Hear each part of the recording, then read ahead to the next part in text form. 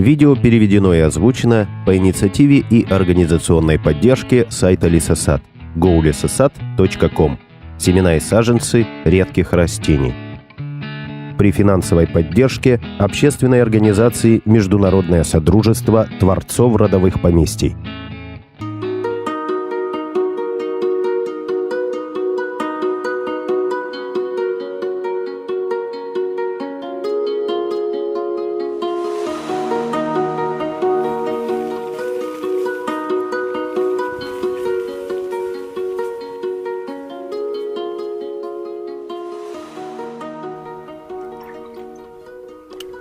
Привет, я Джефф Лоттон. Я пермакультурный дизайнер, учитель и консультант. Я управляющий фермы Зайтуна, принимающий пермакультурных исследователей и учеников здесь, на севере Нового Южного Уэльса, в Австралии. И здесь мы изучаем проблемы этого мира, вопросы экологической устойчивости, продовольственной безопасности, круговорота воды в природе. Мы демонстрируем пермакультуру как этическую практическую науку и показываем людям, как они могут жить, принося пользу окружающей среде. У нас тут возобновляемая энергия, природные биологические системы отходов, практичное жилье и, конечно, чистый воздух, чистая вода, чистая пища. И все системы, обеспечивающие нас так, чтобы также приносить пользу окружающей среде. Вместо всех наших проблем, всех проблем современной промышленной жизни, мы предлагаем решения. И демонстрируем, как можно понимать реализацию дизайна и применение подобных решений на Земле путем реальных действий. Мы обречены, если не изменим свое поведение. Похоже, что мы начинаем... Похоже, есть, наконец, какая-то обеспокоенность, и люди начинают обращать внимание на тех, кто действительно чего-то добился. И мы можем это доказать. Но если мы не изменим свое поведение, мы обречены, просто обречены. Жизнь, как мы ее знаем, скоро изменится и не будет особо приятной.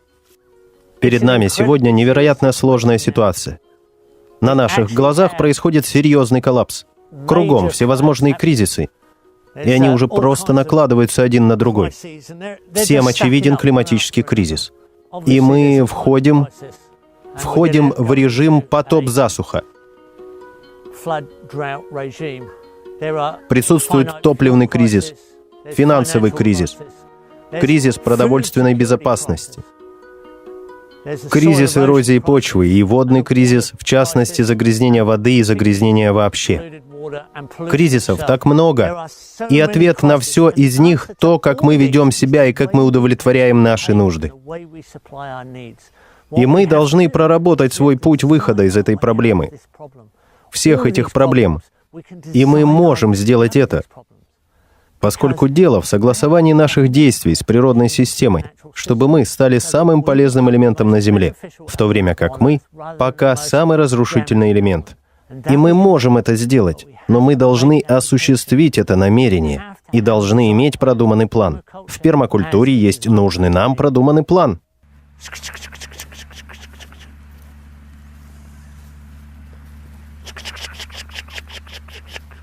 Большинство людей не относятся всерьез к окружающим нас проблемам, с которыми мы сталкиваемся по всей планете, исключительно сложным, и мы должны предложить решение очень быстро.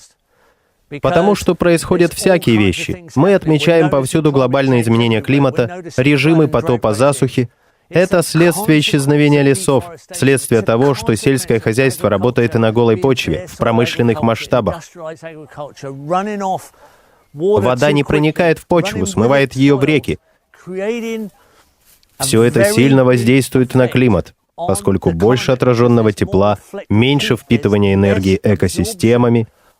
Экосистемы — это буфер огромных объемов энергии, приходящий в наш мир, на Землю от Солнца. Мы знаем, что нам нужно работать с природными системами, чтобы регулировать и сдерживать их. Вот что мы можем сделать. Но мы должны изменить свой промышленный подход. К природе нельзя подходить индустриально. Природа просто высмеивает нас, если подходить к ней таким образом. Что и происходит.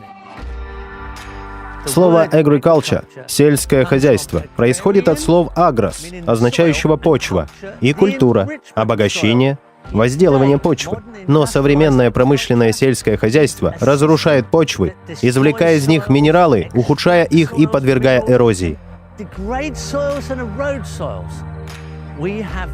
Мы утеряли связь с природными системами почв.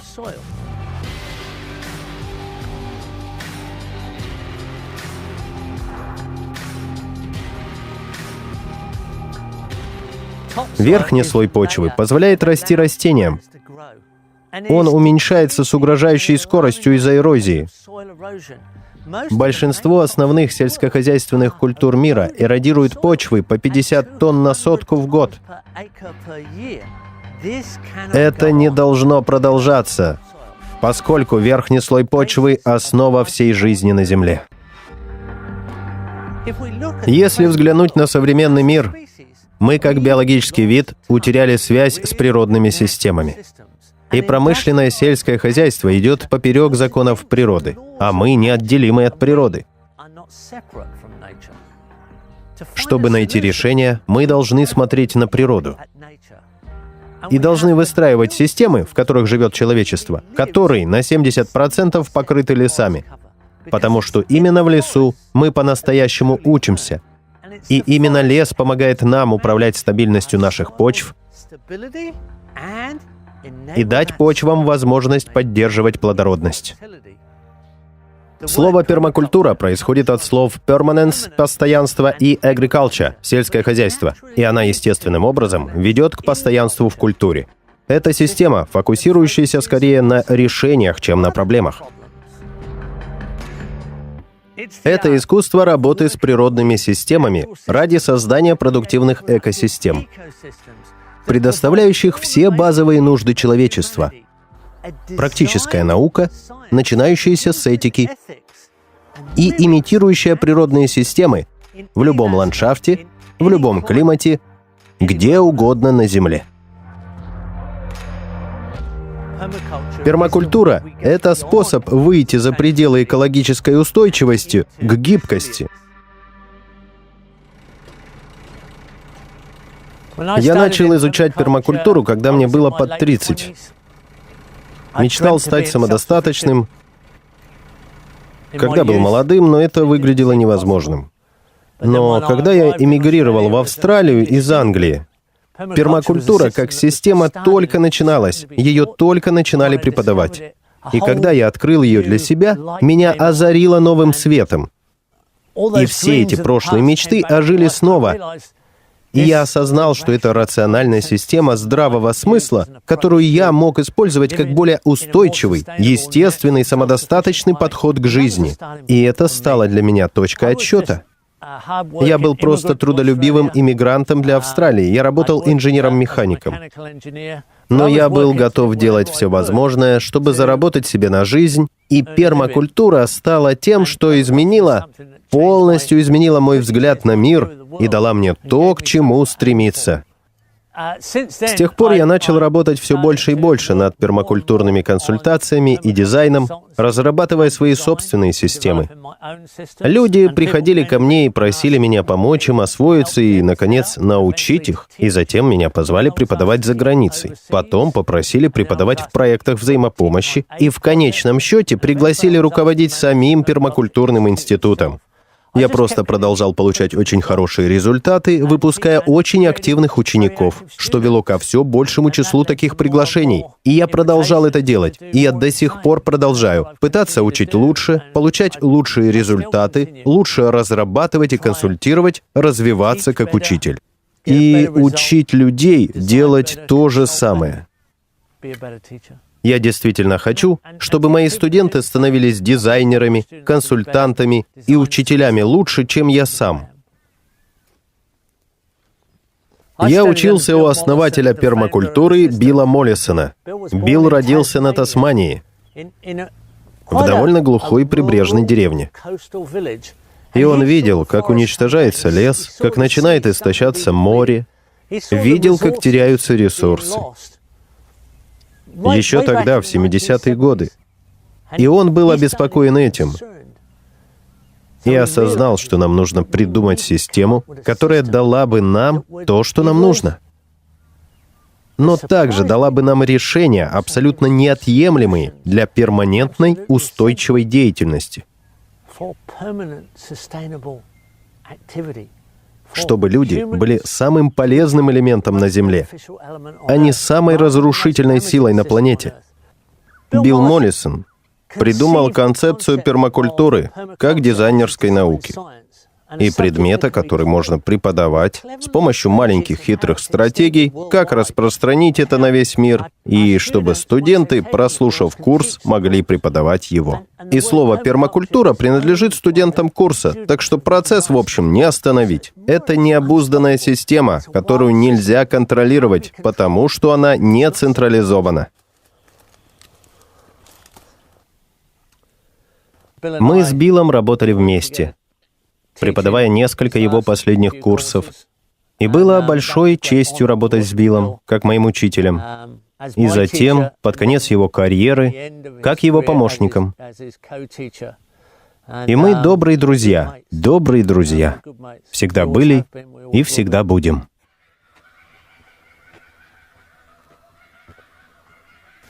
Самой моей большой ошибкой было за все время... Трудно выбрать. Она была, вероятно, не одна. Я думаю, в живой системе тот факт, что я не уделял достаточно внимания конкретному климату, в котором работал. Во взаимосвязи с циклами органической материи и быстрыми путями связывания углерода, в последовательности от энергии Солнца через фотосинтез до формирования почвы на Земле. Как мне быстро пройти путь от этого до этого? Как только я понял это возвращение лишней энергии через растительные механизмы к почвенным механизмам, это было большим прорывом. И не просто большим прорывом в физических действиях, но как только я дошел до этого уровня понимания, это стало большим прорывом в уверенности, настоящим прорывом в уверенности. Это стало событием. Как только я это понял, это было как научиться ездить на велике. Такое не забывается, уже не разучишься. И я знал в тот момент, что я чего-то достиг. Но до того момента это был тяжелый труд.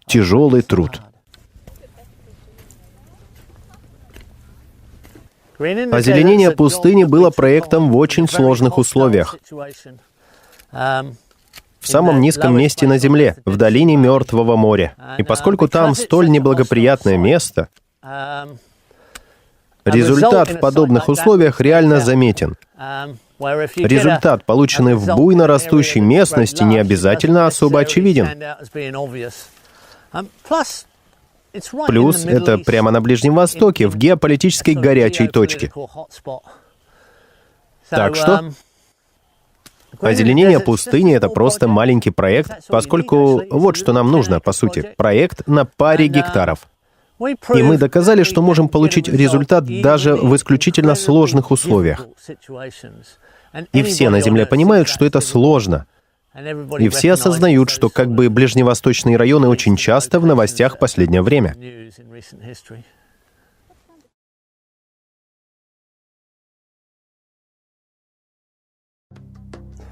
Пермакультурный проект в Иордании, в котором мы заняты, проходит в долине Мертвого моря. Это самое низко расположенное место на Земле, 400 метров ниже уровня моря. Так что здесь довольно необычный климат, поскольку на такой широте это, в общем, Средиземноморье. Но из-за столь низкого расположения здесь скорее субтропические температуры с экстремальной жарой и сухостью летом. В этом году Иордания пережила одну из самых холодных зим в истории. А теперь чуть ли не самое жаркое лето за все время. Поэтому это было настоящим испытанием для нашего проекта. Однако мы выбрали 3000 квадратных метров твердого, сурового ландшафта. Совсем не идеальное место, чтобы селиться. Мы выбрали это место, чтобы привести пример, с чем приходится жить многим людям в поселениях у Мертвого моря. И это голые каменистые склоны, заселенные бывшими палестинскими беженцами. Этот проект стал реальным вызовом. Очень мало почвы, огромное количество камней, так много, что нам пришлось построить системы водосбора из каменных контуров, подпертых землей, чтобы поддерживать влажность земли после редких дождей. И дожди очень слабые, всего от 150 до 200 миллиметров влаги в год. Как обычно, в подобной очень жаркой сухой местности необходимо собрать всю возможную воду и оросить ею почвы и подпочвы, избегая испарения. Мы сделали это, чтобы посадить исключительно стойкие пустынные деревья, давшие нам дополнительные стратегии против испарения, вроде тени, ветрозащиты и материал для весьма неплохой, богатой азотом мульчи, поскольку большинство этих деревьев вырабатывающие азот бобовые. Так они выживают, они стойкие пионеры. И нам пришлось стать стойкими пионерами тоже, чтобы добиться от этого участка первопроходческого успеха, который дал нам возможность начать сажать другие деревья и культуры. Мы начали с оливы, поскольку они одни из самых выносливых. Затем финиковые пальмы, гранатовые деревья, инжир, немного цитрусовых и шелковиц, рожковых деревьев. Они все прижились, и мы также увеличили разнообразие богатых азотом вспомогательных видов. Так что мы даже занялись более полезной поддержкой, а также разнообразием видов нашего продуктового лесосада. Это пустынный лесосад, пищевой лес. И мы смогли затем перейти к сельскохозяйственным культурам, травам, небольшим животным, производству естественного удобрения. И мы разместили инфраструктуру, которая разработана, чтобы стать примером того, что могут скопировать местные жители, но все функционирует как институт. У нас есть дом, в котором нет кухни. Поскольку нам нужна большая кухня, мы кормим студентов, приезжающих учиться.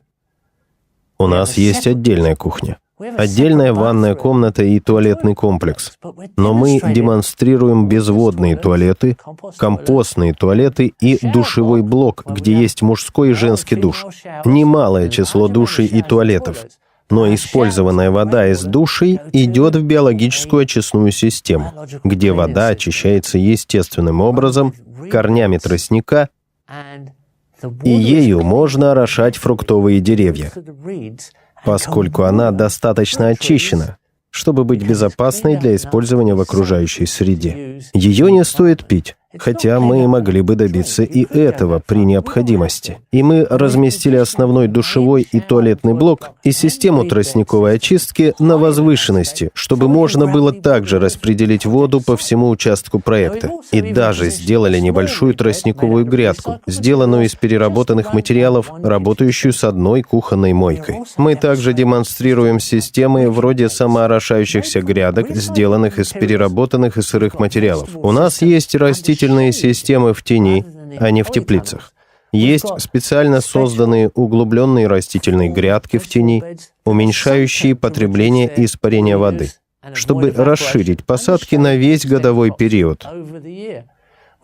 Также у нас есть небольшие животные системы ради навоза и создания натуральных удобрений, компоста. И сейчас мы разрабатываем сад на крыше. А также у нас есть системы возобновляемой энергии. Солнце здесь в избытке. Масса солнечной энергии для подогрева воды, что нетрудно, достаточно горячий, чтобы закипятить чай в середине лета. И у нас есть электричество на солнечной энергии. И отличная система коммутации, в которой не нужен генератор, но мы можем ее использовать, чтобы заряжать батареи или получать дополнительное электричество, если нужно. Но чаще всего систем возобновляемой энергии достаточно. У нас даже есть здание особого дизайна. Наш основной дом сделан из изолированных соломенных блоков на солнце с западной стороны и глинобитного кирпича на восточной и северной стороне, чтобы сохранять прохладу. Поэтому нам не нужны кондиционеры. Это все примеры, которыми мы наполнили наш участок, чтобы показать местным жителям, что в нашей системе пермакультурного дизайна есть много идей, которые они могут перенять и реализовать. Эти хитрые маленькие системы, взятые вместе, делают жизнь проще, даже на западном склоне, где много солнца, камней и плохое состояние почвы. Вы все равно можете значительно улучшить свою жизнь, а если перенести все в лучший климат, можно очень хорошо экономически развернуться.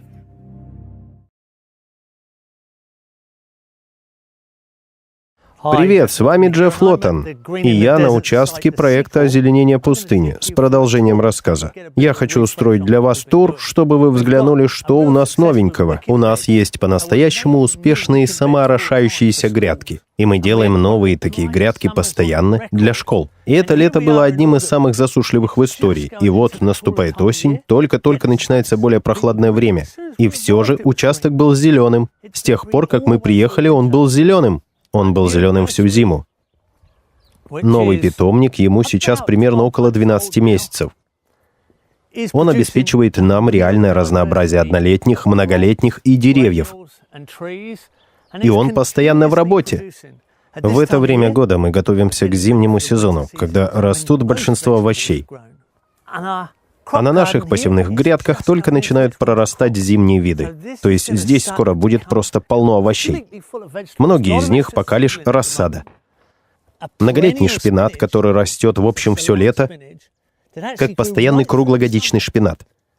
Это новая культура для Иордании, насколько мы знаем. То есть мы совершенствуем детали, если они доказывают свою ценность.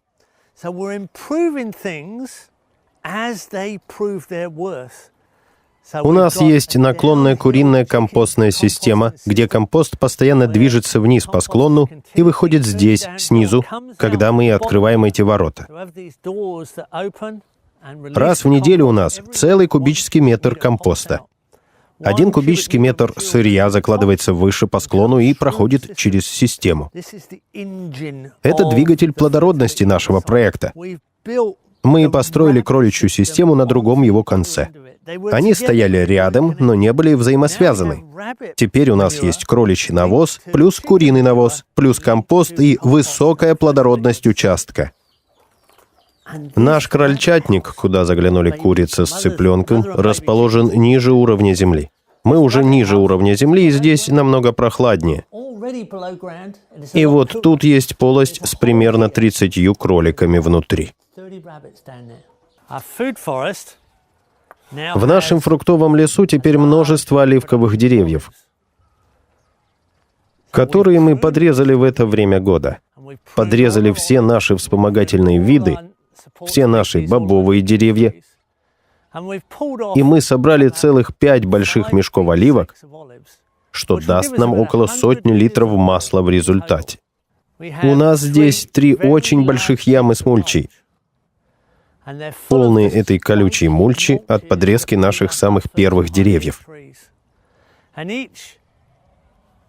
И раз в неделю мы добавляем сюда мешок навоза и проталкиваем навоз вниз через мульчу и поливаем, получая то, что я могу описать лишь как почти почву тропических лесов. У нас тут 3 огромных ямы с подобной почвой. Они почти 2 метра глубиной и 2 шириной. И в следующем году мы будем засаживать их и вокруг них.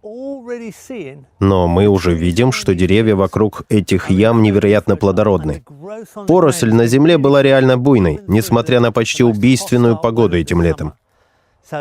Так что эти глубокие ямы с мульчей стали настоящим успехом. Мы намерены расширять их. И они были просто удобным способом использовать невероятно колючие деревья, что мы использовали для первой посадки. Это уже пройденный этап. А отсюда мы можем видеть солнце, заходящее над Палестиной. Это наша совсем новая, большая шпалера поверх сада из самоорошающихся грядок. И мы уже влияем на соседей. Есть одна соседка через дорогу, прошедшая наш курс пермакультурного дизайна. «Привет, Абла!» И она начинает выкладывать из камней водосборники на своем участке. Так что мы, наконец, перепрыгнули через дорогу. Теперь у нас есть пермакультурист через дорогу. И у нас есть соседи, работающие на нас, помогающие собирать эти шпалеры. Мы развиваем местное сообщество. Мы собираемся превратить эту террасу в очень-очень приятное место. С виноградной лозой поверх, зеленью и растениями вокруг. Может, даже будут ковры. Приятное место, где ученики могут сидеть, выполняя свои задания, или просто расслабиться, слушая наш курс пермакультурного дизайна. И это один из моих любимых видов. Когда я смотрю на эти холмы, я вижу ландшафт, с которого мы начинали.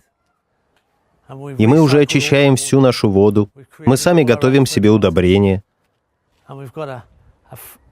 И мы получили тенистый свод фруктового лесосада в пустыне, почти прошедший стадию посадки и движущийся к стадии эксплуатации. Это дает мне надежду, что нам под силу любой климат в мире, даже такой сухой и враждебный.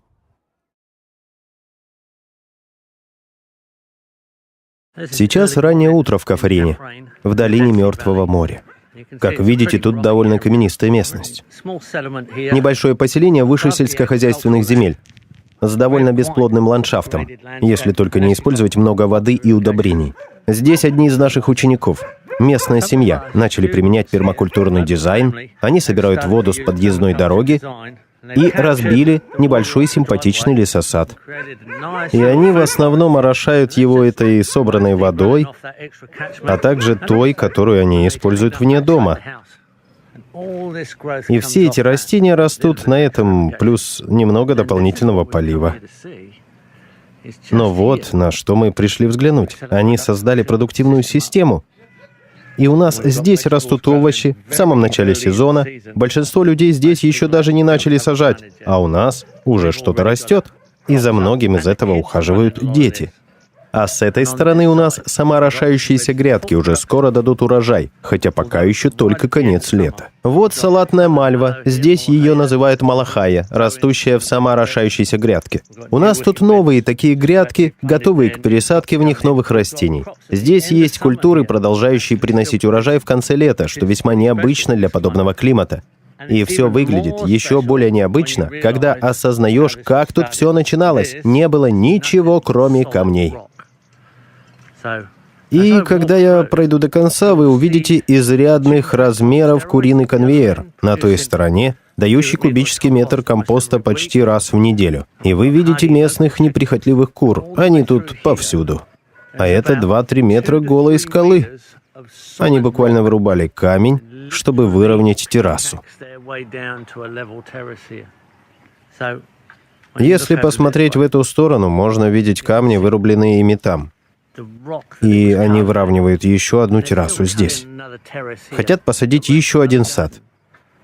Вот с чего все начинается. И они использовали камни для постройки стен водосборника с той стороны. Здесь кругом мы видим колючие бобовые деревья. И несколько фруктовых среди них. А здесь, по всему краю, мы видим растущую виноградную лозу. Здесь будет приятный тенек. По соседству стоит школа, смотрящая окнами на все это. Когда смотришь за край, видишь камни, вырубленные ради сада. Этот материал был выбран с этого участка, где теперь куры и основа всей продуктивности. А еще мы видим, как рядом их сосед начинает свою систему. Они все еще вырубают скалу, но тоже собираются вырастить лесосад, потому что они видели результат. Это расширение нашей работы. Обученных нами людей, кому мы помогали, раз они проявили энтузиазм и приложили свой труд. Мы помогли им установить эти канистры с водой. И теперь дети в школе, прямо по соседству, видят, что можно сделать ради лучшего будущего. Фусай, это твоя грядка? Да. Какая именно? Все твои? У каждого из детей своя грядка, и это моя. И что он выращивает? Здесь? Да. Перец, чили, помидоры и баклажаны. Да, баклажаны. И что ты будешь делать со всем этим урожаем? Это для семьи. А еще мы могли бы продать это.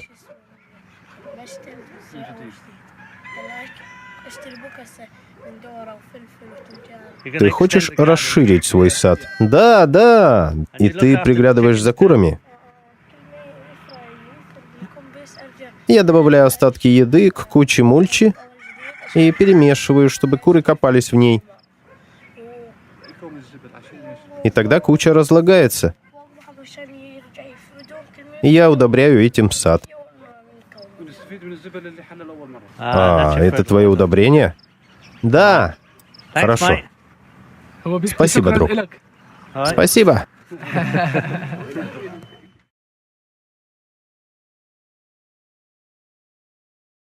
Я снова здесь, в саду Наимы. И это куриный конвейер. Тут была изрядная буря. Выпало 42 миллиметра дождя, по нашему дождемеру. Но я здесь, чтобы показать вам, как тут все разрослось. С прошлого раза, как мы вели съемку. С этой стороны сад немного пострадал от ветра. Но насколько все разрослось с нашего последнего приезда.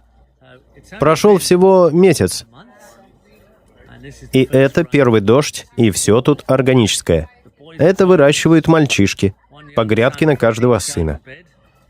Скоро поспеют помидоры, вот неплохая кукуруза, и она очень питательная. Что ты думаешь об этом? Скажи нам. Все так разрослось? Думаю, это просто поразительно. Просто поразительно, учитывая, что растет на камнях. Вот подрастает кукуруза, весьма питательный продукт. И вы выращиваете ее на голой скале. Все дело в питании, органически в данном случае. И вот чем все удобряется.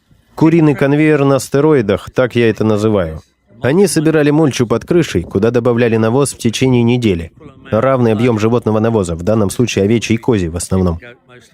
И затем сверху остатки еды. Получается больше кубического метра. Куры разбирали кучу, а мы собирали обратно раз в неделю. И 5 неделями спустя у нас есть удобрение, готовое к применению, чтобы получить нечто подобное. Еще я отметил, что они добавили к прочему голубей. Похоже, они хотят построить еще и голубятню, начав с просто голой скалы. Здесь может быть еще один сад, когда они выберут этот камень. И что ты думаешь об этом, Адам? Поразительно. 3-4 месяца. Гляньте, как все разрослось. И удобрения всегда наготове, постоянно вырабатываются. Они идут на подкормку системы, мы получаем побочную продукцию, которая снова идет в куриный конвейер. Плюс у нас есть яйца, плюс немного лишних птиц. У нас тут виноград, растущий у забора, который в конечном счете разрастется над всем курятником и будет подкармливать кур. А что вы думаете об этом, девушки? Вам нравится? Да, это замечательно, это впечатляет. Да, даже по краям участка все так пышно разрослось. Что ты скажешь? Что это растет на скалах? Это поразительно. 3 месяца. Просто поразительно. Это компост из куриного конвейера. Что вы скажете? Я едва верю этому, ведь сколько времени это заняло? Всего 3 месяца на голой скале. 3 месяца. На такой же, что за твоей спиной, они выбрали лишний камень. Найма, Сейла, все думают, что ваш сад просто удивителен. Вы должны очень-очень гордиться им, так ведь? Вы скоро прославитесь. Чуть в стороне от огорода этот прекрасный лесосад с азотфиксаторами по краю. Старший сын показывает, что они делают. Они моют парковку для машин, моют место для отдыха, смывают пыль и грязь. Но побочный продукт этого на самом деле полив этой части фруктового леса. Здесь сегодня свадебный ужин, поэтому тут стопки стульев, скоро придут гости. Остатки еды потом пойдут курам, вода для помывки на этот лесосад. Так что я скажу, здесь все отлично работает. Вот зелень на земле, повсюду бобовые, спелые плоды на папайях. Такой папайей гордился бы каждый. Это моринга. И еще есть пенисетум, впитывающий в себя питательные вещества. Он может стать хорошей углеродной мульчей. Это Мохаммед. Найма и Мохаммед проделали весь этот труд. И это отличное доказательство того, чего можно добиться, если захотеть.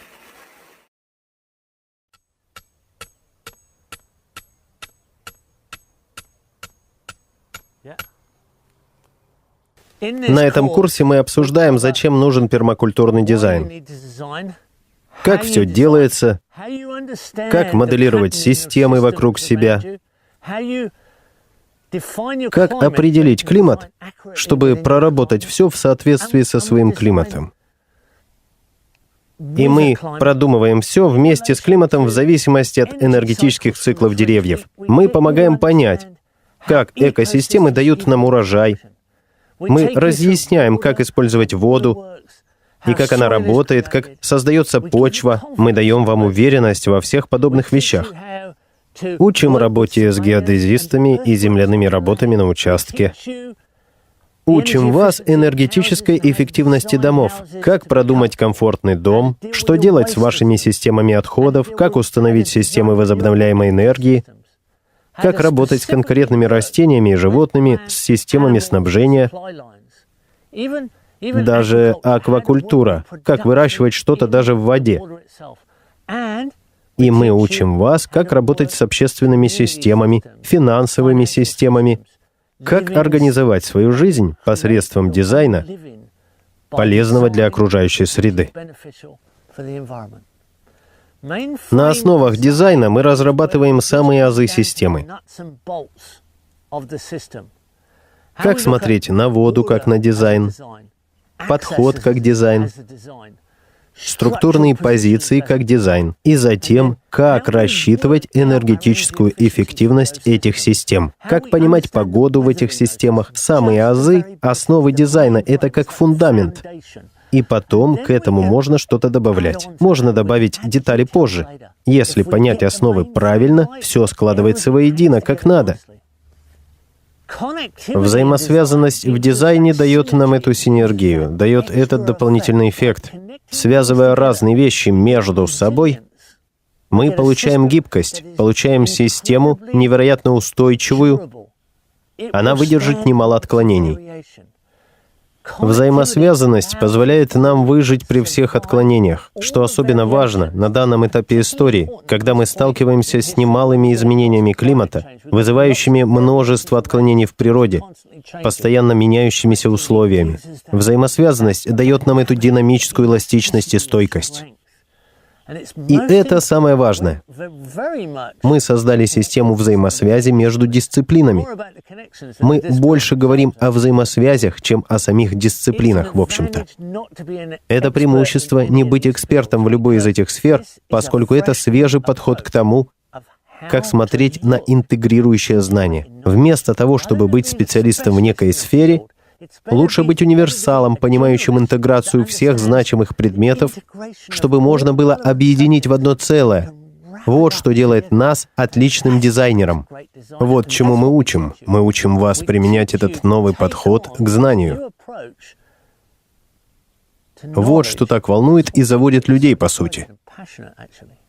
Нет нужды в большом земельном участке, чтобы делать это. В общем, земля не нужна вам совсем. Вы можете получить доступ к земле просто благодаря своему энтузиазму, своему желанию заниматься подобным. Вы можете начать с балкона или даже с подоконника. Совсем не важно. Ваш энтузиазм приведет вас туда, где вы хотите быть.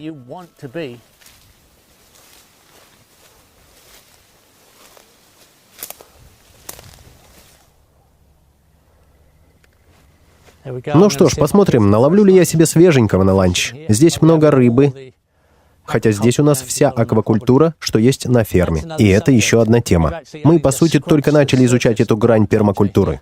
Мы еще можем изрядно углубиться в этот предмет. Я хочу показать вам в своем следующем видео немало реально интересных мест, где мои ученики из разных слоев общества, люди с разным подходом, профессией и отношением к системам выращивания, чем они до того, в общем, не занимались, не имели никакого опыта. Они не были фермерами, не обязательно имели сад. И любой человек способен создавать невероятные системы и достигать поразительных результатов. Вот что важно. Я лишь хочу, чтобы вы добились этого быстрее.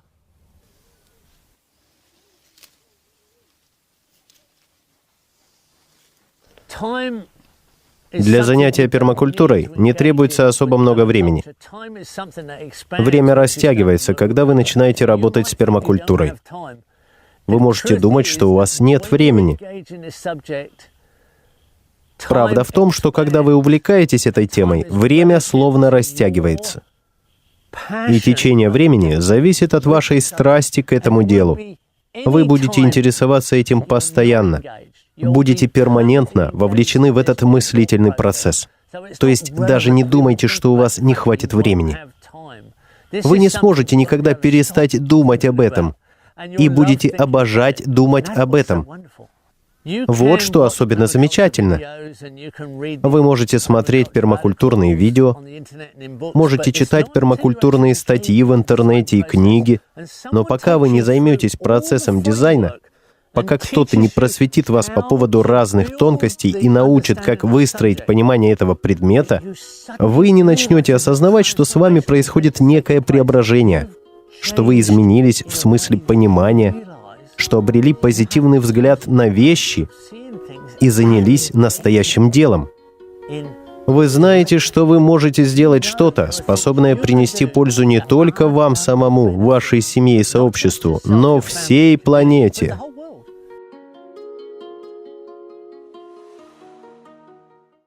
Видео переведено и озвучено по инициативе и организационной поддержке сайта Лесосад golesosad.com. Семена и саженцы редких растений. Создавайте свои пермакультурные проекты и лесосады с нами. Перевод Святослав Макаров. Голос за кадром и видеомонтаж Сергей Горин. 2019 год.